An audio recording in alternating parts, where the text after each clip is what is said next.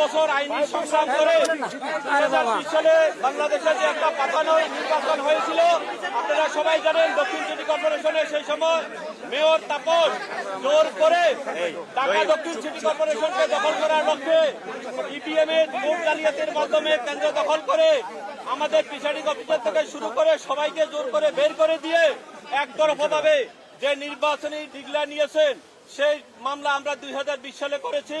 দীর্ঘ আইনি প্রক্রিয়া শেষ করে আজকে আমরা ইনশাআল্লাহ আল্লাহর কাছে লাখো কোটি শুকরিয়া জানাই যে আজকে আমরা ন্যায় বিচার পেয়েছি। বিজ্ঞ আদালত আমাদের সকল বক্তব্য শুনেছেন, আমাদের 6 জন সাক্ষী দিয়েছেন, বাদী সাক্ষী দিয়েছেন, এবং এই নির্বাচনে যে একটি ত্রুটিপূর্ণ নির্বাচন ছিল, ইভিএম জালিয়াতি ছিল, ভোট ডাকাতি ছিল, এবং সর্বশেষ একতরফাভাবে আমাদের সকল অভিযোগগুলোকে অস্বীকার করে যেভাবে একতরফা রায় দিয়েছে, সেই রায়কে যে আমরা চ্যালেঞ্জ করেছি, সেটা আজকে আমরা সন্দেহাতীতভাবে আজকে বিজ্ঞ আদালতে আমরা প্রমাণ করতে পেরেছি। বিজ্ঞ আদালত নির্বাচন কমিশন আইন 2009-এর 53 নং 2-এর বিধি উপধারা অনুযায়ী স্থানীয় সরকার নির্বাচনের 2010-এর 59-এর খ ধারা মতে ওই নির্বাচনটিকে অবৈধ ঘোষণা করেছে এবং ইঞ্জিনিয়ার ইশরাক সাহেবকে মেয়র হিসেবে নির্বাচন কমিশন করবে এবং ভোটের মাধ্যমে ইনশাআল্লাহ ঢাকা দক্ষিণ সিটি কর্পোরেশনে অচিরে মেয়র হিসেবে উনি শপথ গ্রহণ করবেন। ধন্যবাদ সবাইকে। এখন মেয়র ইশরাক সাহেব এখন আপনাদের সামনে কিছু বলবেন। একটা বলেন না, উনি বলেন বলেন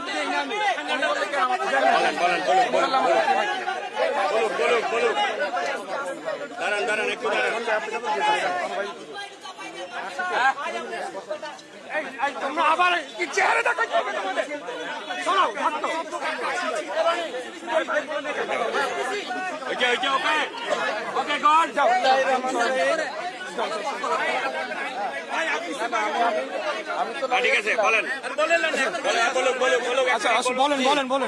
এইটা আমাদের একটা গণতন্ত্রের মহাবিজয়।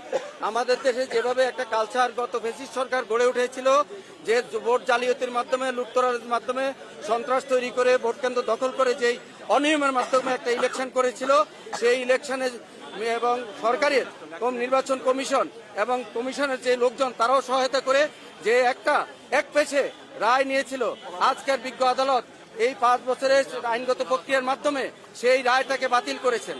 সেই রায় বাতিল করে আমাদেরকে এই আগের যে মেয়র ছিল, যিনি ঘোষিত তথাকথিত মেয়র ছিলেন, ওনার এই মেয়র পদ বাতিল করেছেন এবং ওই গ্যাজেটও বাতিল করার নির্দেশ দিয়েছেন।